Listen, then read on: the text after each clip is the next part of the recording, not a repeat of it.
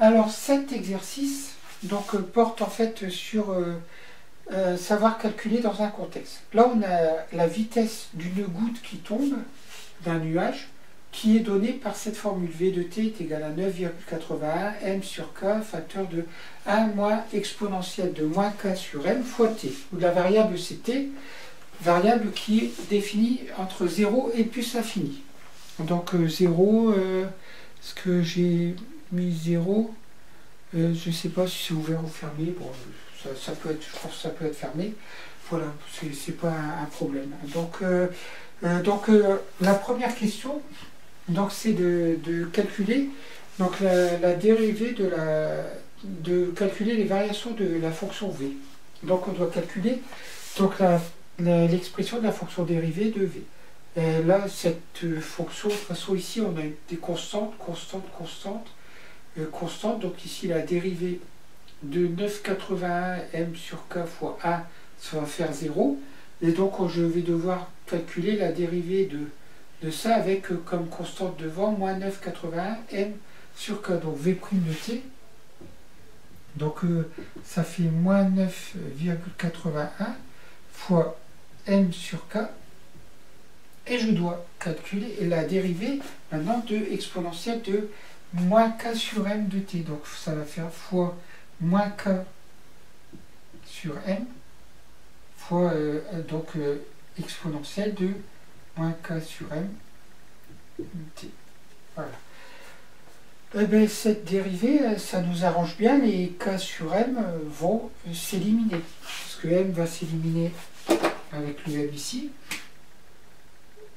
et le k ici va s'éliminer avec le k.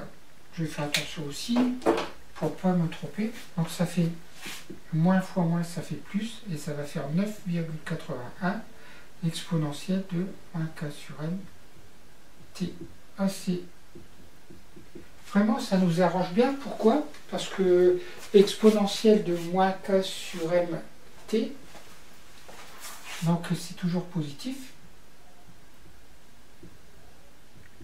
Et puis 9,81 c'est positif. D'accord? Donc ici je suis obligé de serrer. Donc ici ça veut dire quoi? Ça veut dire que V' de t est toujours positif. Donc sur 0 plus infini. Et ça veut dire que la fonction V, elle est strictement croissante sur 0 plus infini. Bon, je verrai après si je dois transformer le 0 ouvert en 0 fermé, peut-être pour les calculs. Voilà. Donc, on a répondu à la première question, la fonction est croissante. Est-ce que je fais la table de variation? Ça va me prendre de la place, on sait qu'elle est croissante. Hein. Donc, peut-être, bon, V de 0, allez, on va calculer V de 0. V de 0, si je prends sur 0 plus infini, allez, je vais prendre sur 0 plus infini. Là, V de 0, donc ça fait 9,81 fois m sur k, ça vaut 1. Donc V de 0, ça fait 0, ce qui est tout à fait logique. Et la limite de V de t quand t tend vers plus infini, donc ça fait, quand t tend vers plus infini, ça tend vers 0, parce que ça c'est négatif, donc 0, donc ça, tout ça, ça va tendre vers 1, et donc la limite, ça va être 9,81 fois m sur k. Donc on va avoir comme ce sont des constantes, hein, donc on va avoir une asymptote horizontale qui va être en 9,81 fois m sur k. Voilà. Et donc on va passer à la deuxième question, question petit b. Justement c'était calculer la limite. Donc la question b c'était calculer la limite. Donc la limite elle a été calculée. Voilà. Donc justifie. Alors un scientifique affirme qu'au bout d'une durée égale à 5m sur k, la vitesse de la goutte dépasse 99% de la vitesse limite. Donc cette affirmation est-elle vraie? Ça c'est la vitesse limite. La vitesse limite. Donc on va calculer justement au bout d'une durée de chute égale à 5 fois m sur k. Donc on va prendre t est égal à 5 fois m sur k. Et je vais calculer V2 de 5 fois m sur k. À quoi c'est égal? Donc je remplace. Donc ça fait 9,81 fois m sur k. D'accord? Facteur de 1 moins exponentielle de moins k sur m fois 5 fois m sur k. Voilà. Et donc je simplifie. Ça fait 9,81 fois m sur k fois 1 moins exponentielle. Ici, on voit bien que les m, je fais des m comme des n, les m s'éliminent et les k s'éliminent aussi. Et donc ça fait exponentielle de moins 5. Voilà. Donc ici, je vais devoir comparer cette valeur-là avec la valeur limite. Comment je fais? Je vais calculer, en fait, V2, en fait, 5, donc M sur K, divisé par 9,81 fois M sur K. Et ça, si je prends le résultat, ça fait 9,81 exponentielle fois, pardon, M sur K fois, donc 1 moins exponentielle moins 5 sur 9,81 fois m sur k. Ici, je peux simplifier par 9,81, je peux simplifier par m sur k. Il me reste quoi? Il me reste 1 moins exponentielle de moins 5. Et je dois regarder ce nombre. Est-ce qu'il est plus grand que, en fait, ce qu'on vous demande, c'est est-ce qu'il est plus grand que 99%, que 0,99, ou est-ce qu'il est plus petit? Donc je vais essayer de le calculer, mais il faut que j'aille chercher ma calculatrice. Donc j'arrête 2 minutes. Donc voilà, je suis allé chercher ma calculatrice, et donc je vais vous montrer le résultat. Quand je tape en fait donc exponentielle 1 moins exponentielle de moins 5, on trouve 0,99 et plus de 0,99.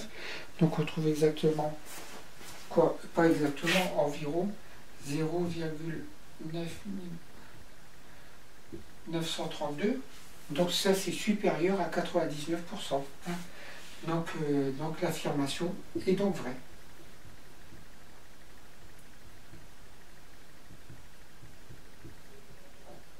Est vraie. Voilà. Donc je vais regarder la dernière question, la question suivante pour cet exercice. Alors, donc déterminer une équation de la tangente t au point d'abscisse 0. Donc il y a encore deux questions. Donc déterminer une équation de la tangente t au point d'abscisse 0. Donc V', c'est la question petite e. C'est ici, pardon. Donc moi je vais regarder à quoi égale à V' de 0. V' de 0, ça fait V' de t, c'est ici. V' de 0, ça fait 9,81. Voilà. Et puis V de 0, ça fait 9,81 fois m sur k. Voilà. Donc notre équation de tangente, c'est y est égal à 9,81 fois x moins 0, quoi t moins 0, donc t, plus v de 0, plus 9,81 fois m sur k. Voilà notre équation de tangente au point d'abscisse 0. Ça, c'est l'équation de la tangente t. Et dernière question. Déterminer l'abscisse du point d'intersection de la tangente et de l'asymptote D. Alors l'asymptote, c'est l'asymptote, c'est cette équation-là. Donc en fait, si je veux déterminer l'intersection entre la tangente et l'asymptote. L'asymptote a pour équation y est égal à 9,81, donc fois m sur k. Et donc on doit résoudre. On résout. Donc 9,81 t plus 9,81 fois m sur k est égal à 9,81 fois m sur k. Et donc ici, en fait, je vais pouvoir simplifier par 9,81 fois m sur k, et ça nous donne 9,81 t est égal à 0, et donc ça fait t égal à 0. Donc le point d'intersection de la tangente et de l'asymptote, donc